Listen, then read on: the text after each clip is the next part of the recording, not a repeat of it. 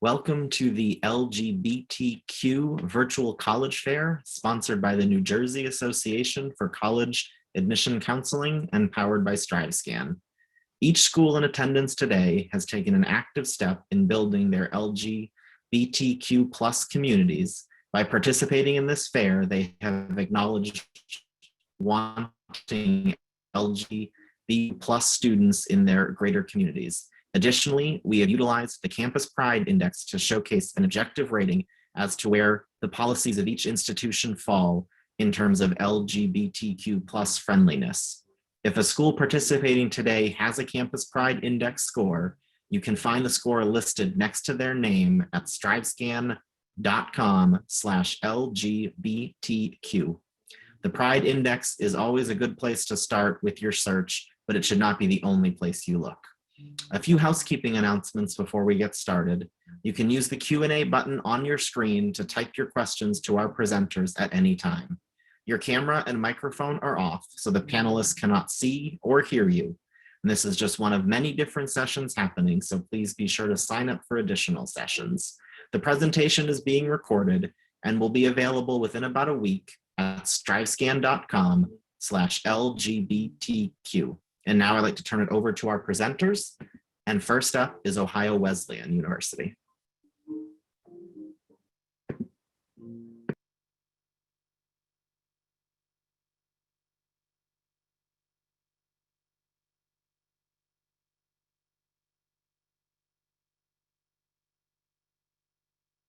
You're muted.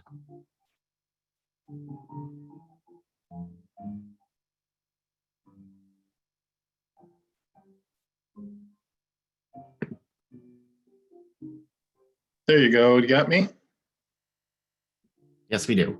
Okay. Sorry about that.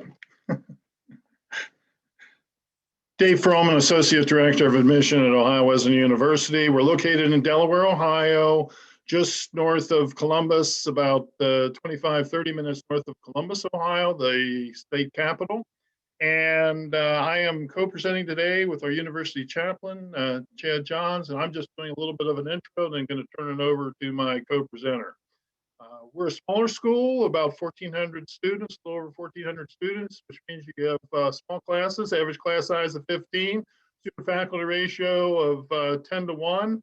And you can see the commitment to volunteerism for our students, number that have multiple majors, and the percentage of our graduates who are finding jobs shortly after graduation. We're NCAA Division III in sports. We also are one of the colleges that change lives, CTCL colleges. And you can see the 91% of our graduates in the OWU Connection experiences. The OWU Connection are all your out-of-class experiences, internships, research, study abroad, and travel learning. That's really where we hang our hat with the personal attention, first of all, and then the OWU Connection is your distinctive OWU experience. And with that, I'm going to turn things over to my co-presenter, Dr. Chad Johns. Good evening, folks. As Dave said, I'm Chad Johns. I'm the university chaplain at Ohio Wesleyan. I'm also the advisor for PRISM, which is our campus LGBT plus group. So it's good to be here with you tonight. We just want to do a quick sort of broad brushstrokes through some of the stuff we offer on campus.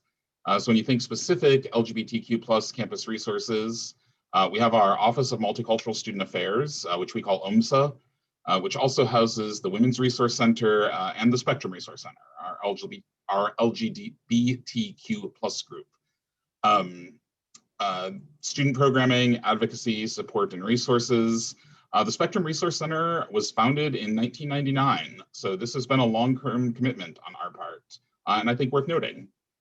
As I mentioned, PRISM is our LGBTQ plus student organization, which primarily serves a social and educational group. And then we also have our Diversity, Equity, and Inclusion Council, which has representatives from faculty, staff, and students working across the spectrum of DEI issues. I will notice that particularly having things linked in with UMSA, it's a nice intersectional balance. So if you have multiple marginalized identities, there are resources available for you.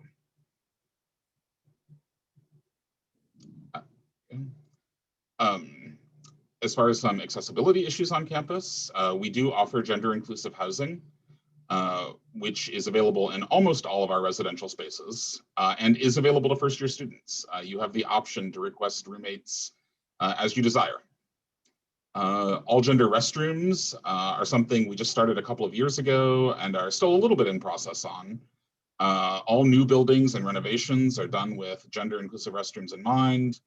Most older buildings have been retrofitted, except for some spaces where we haven't quite figured out how to do that yet. And then we do have a name change policy, which students can change the name by which they're known for most systems that don't require a legal name. And if you ever have questions on that, my office, OMSA, the IT department, our folks work together to try to make sure we're using your name correctly.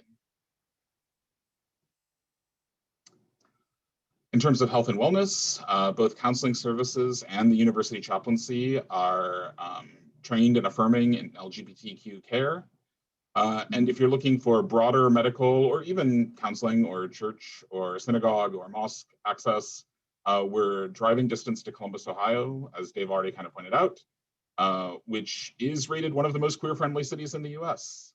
It's about a 30-minute drive, lots of access to social opportunities, medical support, educational resources. There's a lot there. And then in academics, we have a department specifically for Africana, gender, and identity studies, which combines some old departments of Black World Studies, Women's and Gender Studies, and other identities through an intersectional lens. Lots of our departments offer courses that touch on queer topics. Philosophy and religion, psychology, politics and government, sociology and English, some of the most prominently among them. And you have, as Dave mentioned with the OU Connection, some student design university funded opportunities. For example, we've had service teams travel to urban areas to explore the intersection of LGBTQ plus life and poverty, and to really look at what work can be done in that intersection. I think that covers kind of our broad brushstrokes. So I'll just say we'd love to hear from you. We've got a quote from the Colleges That Change Lives here, which we're pretty proud of. And feel free to reach out to either Dave or myself with any questions you might have. Thanks for your time.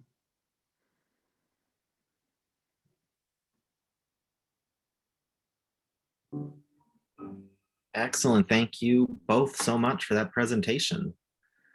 And our next presentation is from the University of Maryland, Baltimore County. Hi, everyone. Thank you so much for having me today. I am going to pull up my PowerPoint. It should be up in just a second there. And I wanted to introduce myself. My name is Rachel McCauley. I am one of the admissions counselors at UMBC. My pronouns are she, her, and I'm so excited to tell you all about UMBC today. I am, like I said, an admissions counselor, but also an alum from the university. Graduated in 2018, so not too long ago. Since we cannot be there in person right now, I'd love to show you our campus in this virtual setting. So as you can see in this picture, even though our name is University of Maryland, Baltimore County, Baltimore is in our name, but you can see here that we are actually not in the city. There's a lot of trees for a city. So we're actually located in Baltimore County, about 15 minutes outside of the inner harbor of Baltimore, right next to Patapsco State Park. You can see here where our campus is one big circle. In the middle of the circle, you'll see a taller building, and that is our Albin O. Kuhn Library. If you cut the circle in half horizontally, the whole top half of campus is academic, and the whole bottom half of campus is residential. We offer residential halls and apartment style housing. Typically, our apartment style is for our upperclassmen. Most of our first and second year students live in the residential halls. If you live on campus your first year, you are guaranteed housing all 4 years. Our residential halls are gender inclusive, so each floor has all genders, but each individual room typically is same gender housing. If you do want to live with any gender outside of your own, feel free to work with our residential life department, and they are so happy to meet your individual needs so that you feel you are in a comfortable environment in our residential halls. Our undergraduate size is about 11,000 undergraduate students, so it's a great medium size. You walk around campus, you see familiar faces, And, you know, you're in these classes of about 30 students on average, but 11,000 is still a lot of people. So there's always room to grow and network and just get to know other people who might be like you or maybe not like you at all, which is really exciting. There's all sorts of people that we have on our campus and a lot to learn about one another, which we really encourage in our community. We have about 61 majors and 55 distinct programs, 70 minors, and 36 certificate programs. Some of our more popular majors are computer science, engineering, biology, and then on the social sciences side, we have things like psychology, sociology, philosophy, the arts, whether it be performing or visual, gender and women's studies, political science. We have a lot of great variety on our campus. And one of the greatest things is if you're accepted into UMBC, you can be almost any major you want without any special admission into those specific majors. The only exception is our visual and performing arts, which has either an audition or a portfolio. So a lot of flexibility in choosing your major. About 82% of our students completed an internship, research project, or education abroad. So we encourage you to not only be involved in the classroom, but outside of the classroom as well.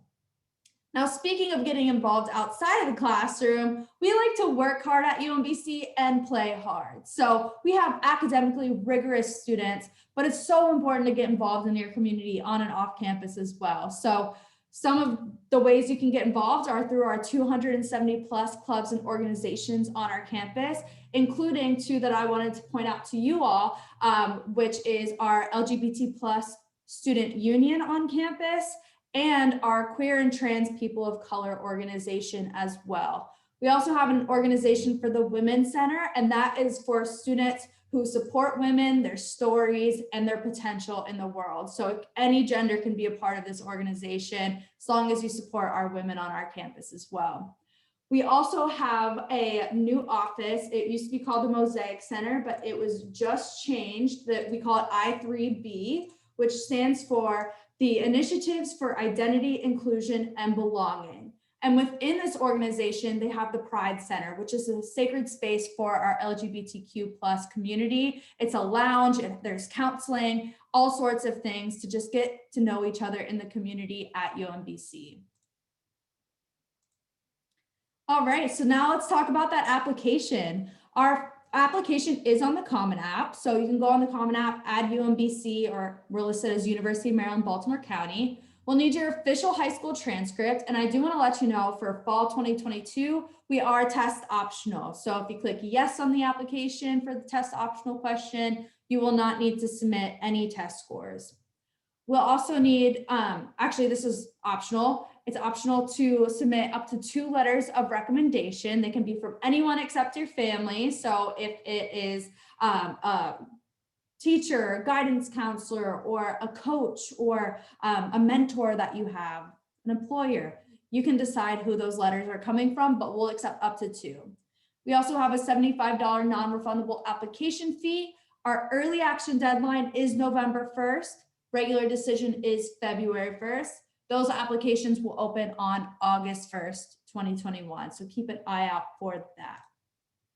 I also am the admissions counselor for all students in New Jersey. So you're welcome to reach out to me directly if you have any questions about UMBC. I'm so excited to get to know you all. And feel free to scan this link if you want easier access to get in touch with me. But I am so happy to help. Have a great rest of your day and thanks for having me.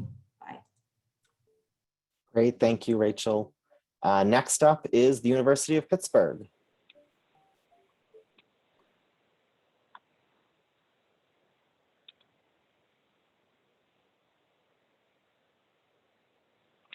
Good evening, everyone. Thank you for being here. My name is Tim Joy, and I'm excited to be accompanied by my colleague Guillermo, who will be following along in the chat for any questions that you may have. And both of us are excited to be coming to you from the University of Pittsburgh, located in the heart of the city of Pittsburgh. If you are new to the university, just now being introduced to it, we are a mid to large size institution. And again, we are located within the urban environment of the city of Pittsburgh.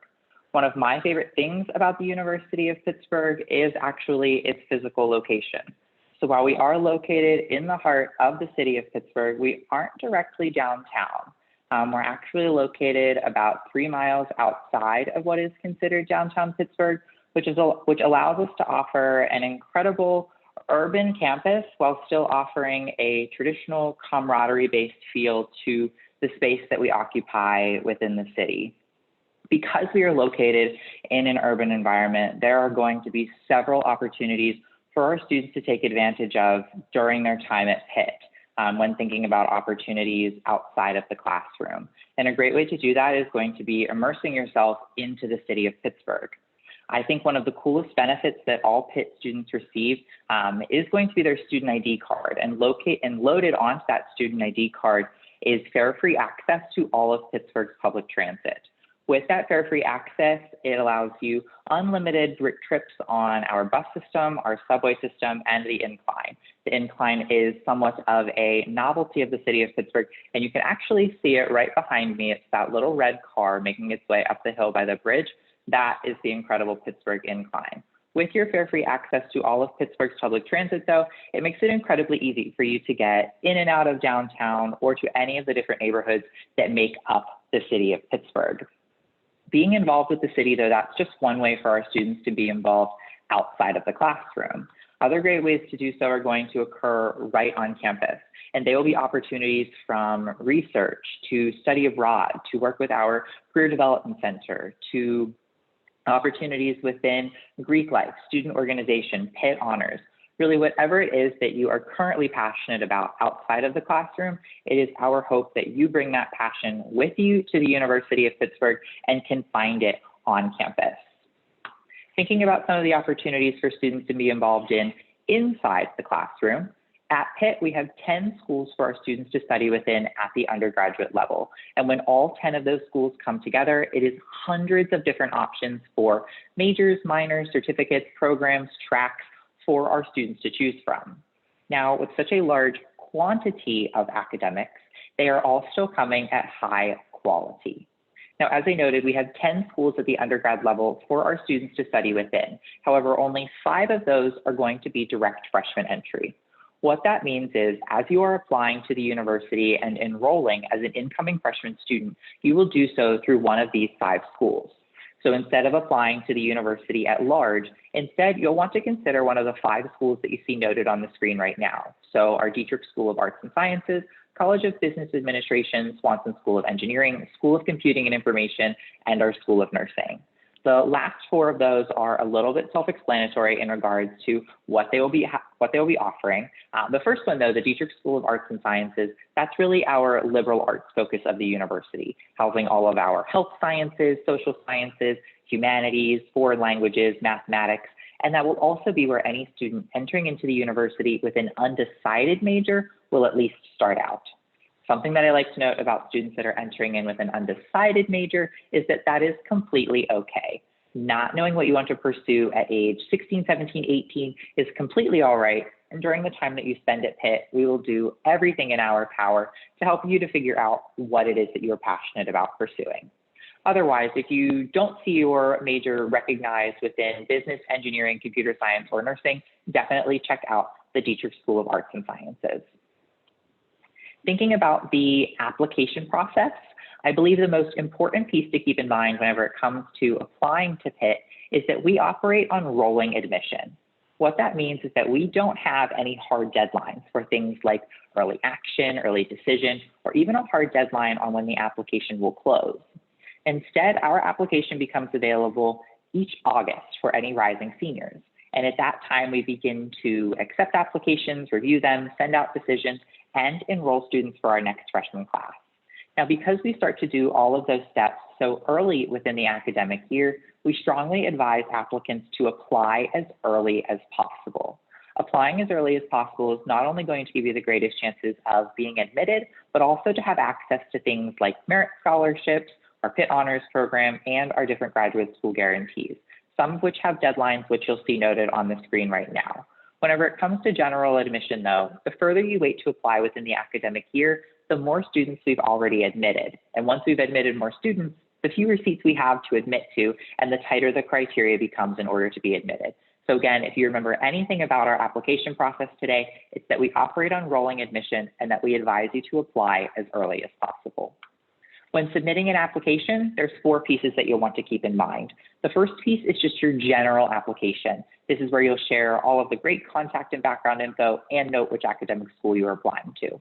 The next piece will be your self-reported academic record or high school transcript. Then you'll have your test scores if you choose to apply to the university with those scores, or you can choose to apply with a test optional approach. And then the last piece will be your responses to our short answer questions, which are noted on the screen right now and are also available within our website. Again, myself and Guillermo will be following along within the chat to answer any questions you may have, or please feel free to reach out to my colleague, Dana Hassel. Dana is the admissions representative for the state of New Jersey. She was unable to be here this evening, but she would love to hear from you to hear about your interest in Pitt and whatever questions and concerns you may have. You are also at any time welcome to connect with us at our general contact, which is available on the screen as well. And we would love to see you take part in one of our upcoming virtual visits this spring. Otherwise, thank you for your interest in the University of Pittsburgh. And as always, hail to Pitt. Great, thank you so much. Next up is St. Michael's College. All right. Hello, everyone.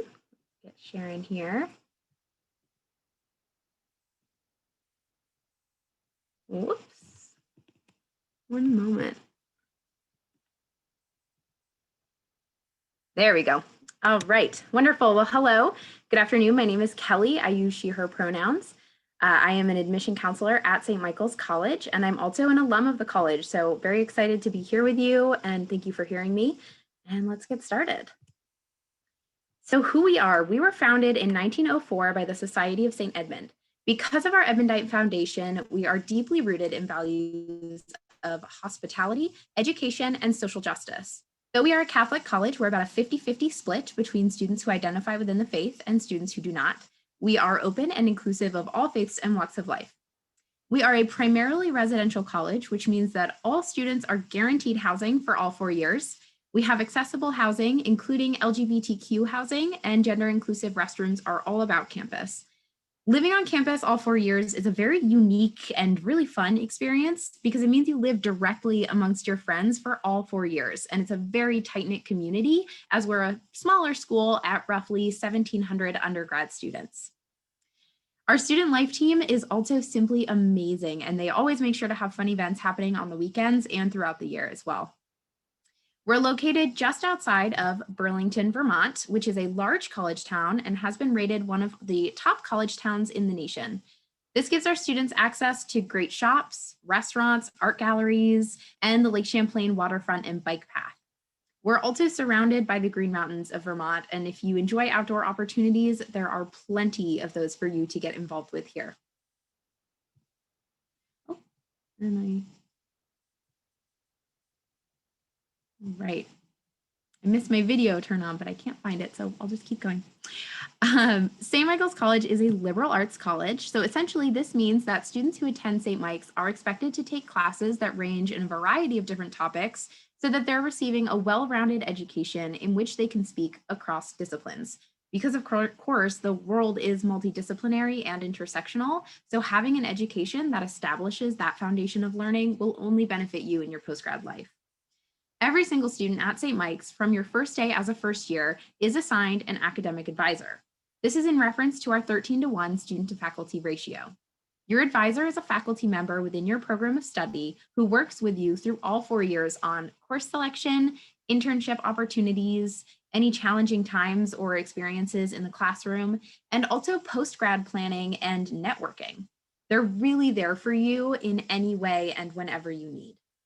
And speaking of ratios, the average class size at St. Mike's is about 18 students. This means you will have direct attention from your professor in every class. They will get to know you, you will get to know them. You won't just be a number, and you'll have every opportunity in class to ask questions, expand your thinking, and collaborate with your professors and peers. We really encourage hands-on learning here. So whether that's being active in the classroom, conducting research alongside faculty, studying abroad through one of our 100+ study abroad programs, or getting an internship. And as I've said, you will be supported both through your academic advisor as well as through our academic support center, which every student can access for free.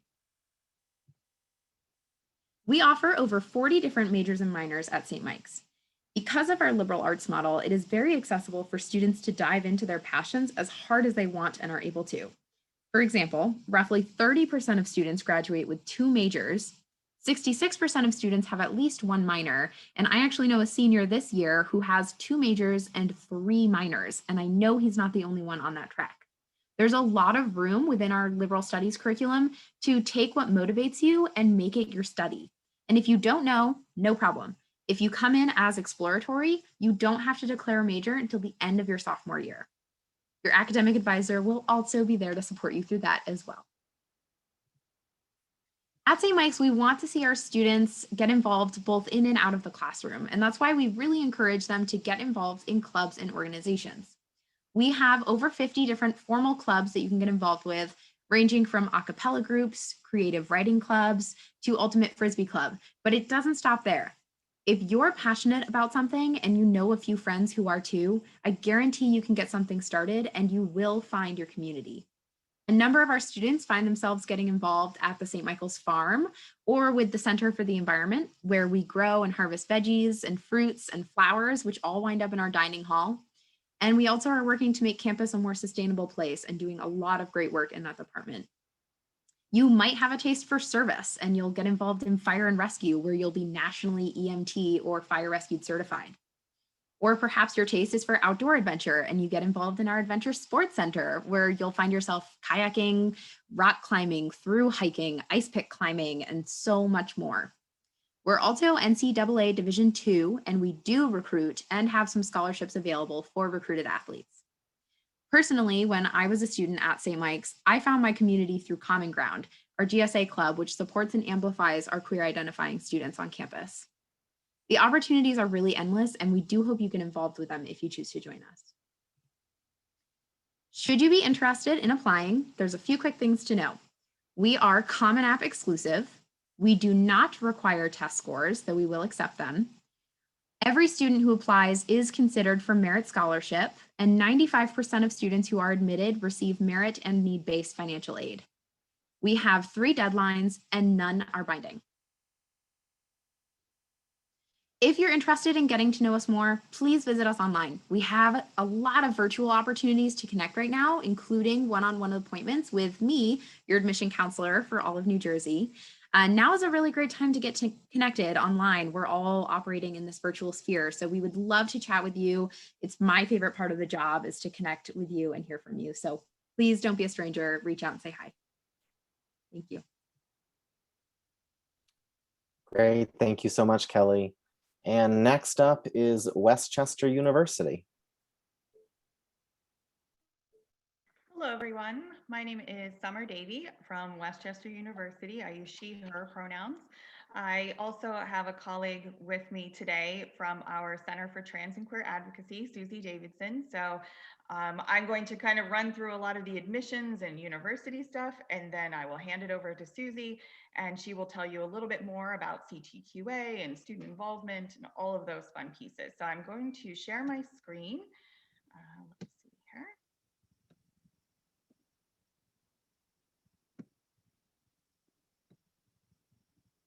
Okay, so Westchester University, this is a shot of our North Campus and our academic quad. We are one of the 14 state system schools of Pennsylvania. We are the largest with about, it's actually just under 18,000 students now, so we are considered a mid-sized institution. As far as our location, we are 30 miles from Philadelphia. So our handy little map, obviously, you're only in New Jersey. So, you know, probably fairly familiar with the Philadelphia area, but we're also just 2.5 hours from DC and New York City.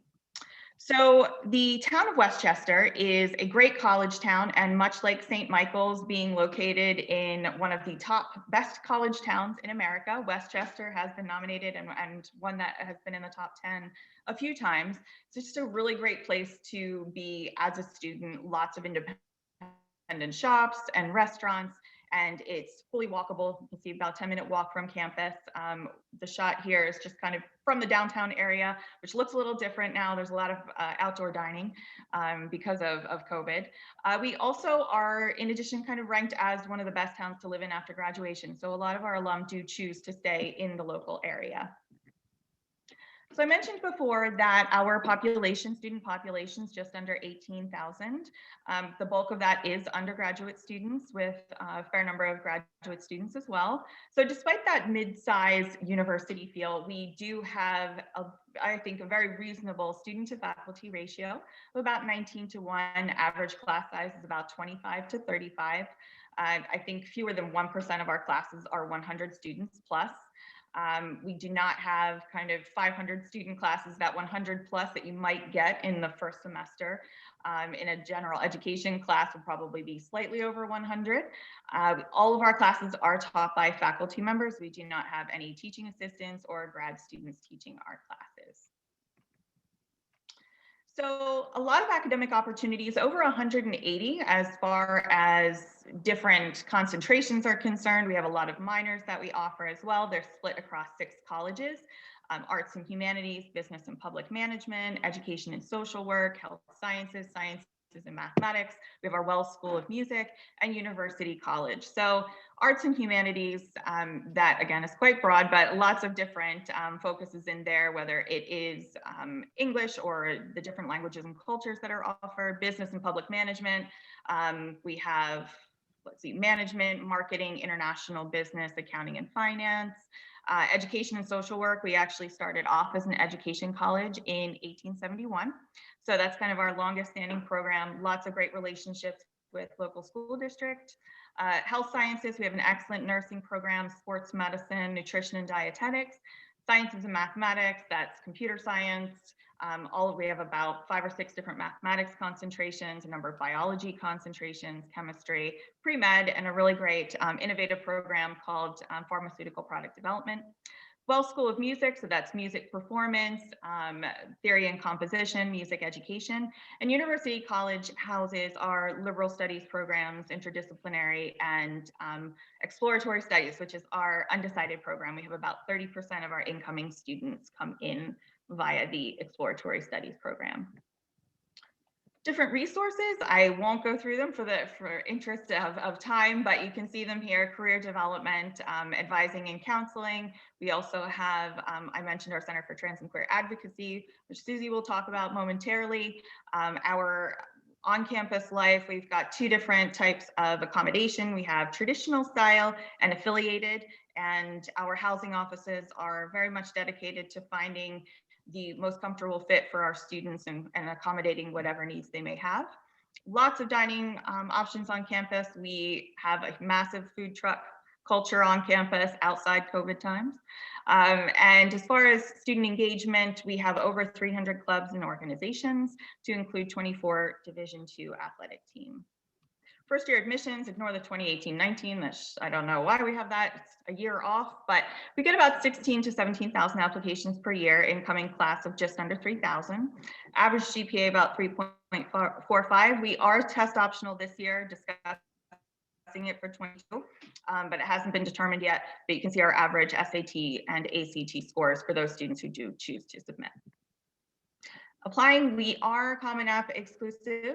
We do have an application fee of $45. Fee waivers are available, official high school transcript, and again, test scores when applicable. We are rolling admissions, so we continue to make academic or admissions decisions throughout the cycle, and those start rolling out in October. Financial aid and tuition, we have in-state and out-of-state. Obviously, New Jersey residents would have to look at the out-of-state. So that's tuition, fees, also kind of average meal plan, flex dollars, doesn't include books and supplies. And we do offer merit scholarships for students. That's something that they're automatically considered for at the time of acceptance. And just some contact information. We do have, I'll put my contact information in the chat as well, but I highly recommend if you are able to come to campus, it's a great place to spend a spring or summer day. It does look like this. Well, maybe not yet, but in a few weeks, it'll look like this. A very vibrant place to be. You can check out the town of Westchester. And we have a number of tours you can sign up for online. We also have virtual tours if you're not comfortable or unable to make it to campus. And with that, I will hand it over to Susie. Thank you so much, Summer. I'm Susie Davidson. I work in the Center for Trans and Queer Advocacy. I use they, them pronouns. I'd just like to share a little bit about our center. Our center has been in this iteration here for 3.5 years. You can work for Sitka either as an undergrad or a graduate assistant. We have 3 really special programs that we do every year: Lavender Graduation, which is a special trans and queer achievements graduation; Queer Pride Day, which is where we celebrate on-campus culture and queer and transness. And then we also feature a Trans Visibility Week to celebrate our trans and non-binary folks. We have 3 student organizations: Saga, the Sexuality and Gender Alliance; Shades of the Rainbow, which is a cutie POC group, so folks who are queer and trans people of color; and then Tea Time is our trans and non-binary group. We have preferred name process for degree name as well. We have single occupancy restrooms, and we also have a gender inclusive wing and Killinger residences. Thanks so much, y'all. Excellent. Thank you both so much for that presentation. And so that does wrap up the presentations for this session. Unfortunately, the representative from Barry University couldn't join us. So now we'll move on to Q&A, and I'll ask all of our presenters to come back on camera and respond to this question. What unique campus event or program is specific to the LGBTQ+ community at your institution? And so we'll start again with Ohio Wesleyan. So this is an interesting question. I mean, we have things like Lavender Graduation and Pride Prom, but not really unique, right? Like those happen all over the place. I think maybe what I would want to highlight is, we're a smallish school as well, about, I think, 1350 students at this point. And so we struggle with lots of specific things, but I think what we're good at is integration. So if you want to be an athlete and you're queer, you can do that. If you want to participate in Greek life, if you want to be in the marching band, across majors, and just to kind of highlight this year in particular, after the Black Lives Matter protests this summer, we've really focused on intersectional events and speakers. So on Thursday, we have a Latinx person talking about being queer and Latinx. We just had a speaker last week, I think it was, that was Black, gay, and Christian, and what do those intersections look like? So I think that's really where we're focusing a lot of our energy right now.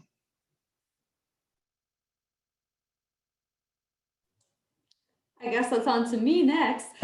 So yeah, at UMBC, it's very similar to what Chad was explaining too, where we do have things like queer prom and those types of events that seem to be pretty common amongst a lot of universities. But I think that that office that I mentioned, the I3B office for inclusion and identity and belonging, is really, really important for our students who are a part of the LGBTQ+ community, because that is going to be your lounge. That is your specific space on campus, because you're allowed to take up space on our campus. We want you to have space on our campus. And something from my own experience is UMBC is one of the least siloed places that I've ever been. And what I mean by that is kind of going off of what Chad was saying too, is that you can intertwine groups, right? You can do things where you're going to a football game or soccer game or something, but at the same time you are a part of the science club, like things that traditionally what you see in the movies don't clash, but everything clashes at UMBC, and that's what makes us unique. And that's what makes us accepting of one another. So I think it all starts at that I3B organization. So if you do choose UMBC, I definitely recommend you get involved there.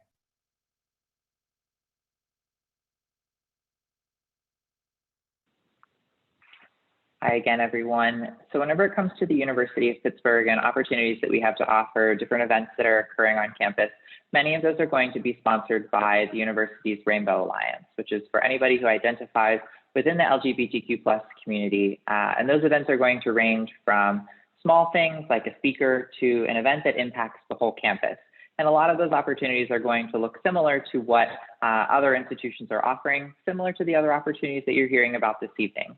One thing that the university is especially excited for right now as it relates to the LGBTQ+ community is actually a new course that has been implemented that is required amongst all incoming freshman students. And that is a course that is designated to better understanding diversity, equity, and inclusion, and how that impacts campus, the Pittsburgh community, and kind of culture as a whole. And that course is going to dive into topics that not only relate to the LGBTQ+ community, but students that identify with a variety of backgrounds and how we can better support those individuals, again, as a global community. We're really excited to have implemented that course at the beginning of this past academic year, and we look forward to seeing that course grow as the years continue. So that's one thing that we are offering, in addition to the many opportunities that our Rainbow Alliance is regularly making available to students.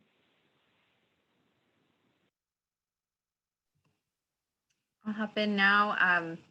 The great question. Similar sentiment that has been shared is the intersectionality within our students and their goings on and what they participate in. It's really an inclusive environment. And again, being so small with our 1,700 undergrad students, it's a very, very tight-knit community, very welcoming. As a queer person myself and having been a student at St. Michael's, I always felt very supported by our faculty, our staff. I'm going into the weeds though. As far as events, well, first and foremost, Burlington is a very queer-friendly, fun, eclectic city. If you've ever visited, it's very fun. You know, it's not quite what you think of when you picture Vermont. And we have our Pride March every September. So when the students come back, it's a big, I know it's not Pride Month, but the Pride March is held in September specifically so that all the college students can partake. It's a really exciting event with the University of Vermont and Champlain College all right there, and it's hosted by Outright Vermont. And St. Michael's College always has a really big presence in the parade. All of our, I won't say all, but the majority of our student athlete groups will come to the Pride Parade. There's a really big presence of our athletes supporting allies. And Common Ground, which is a club I talked about briefly, is our GSA Alliance club, hosts events year round. So they do a lot of book reads, they do a lot of movie screenings, a lot of events in collaboration with the Center for Women and Gender. Yeah, I'm getting like reminiscent thinking about my experience, but great opportunities. So. Sure, I'll share. I'm Susie, again, from Westchester University. I think there's a few things that I'm very happy to share about. We have a physical space on campus, which is wonderful. It's actually the background that I'm in right now. I'm not at work right this moment.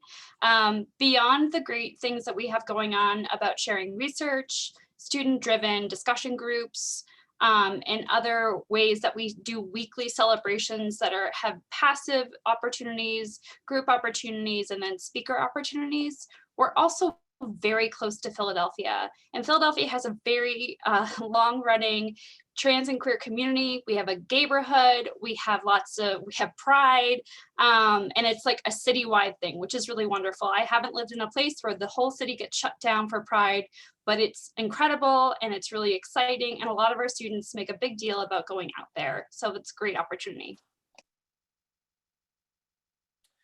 Excellent. Thank you all so much for your answers. We are just about out of time for this session.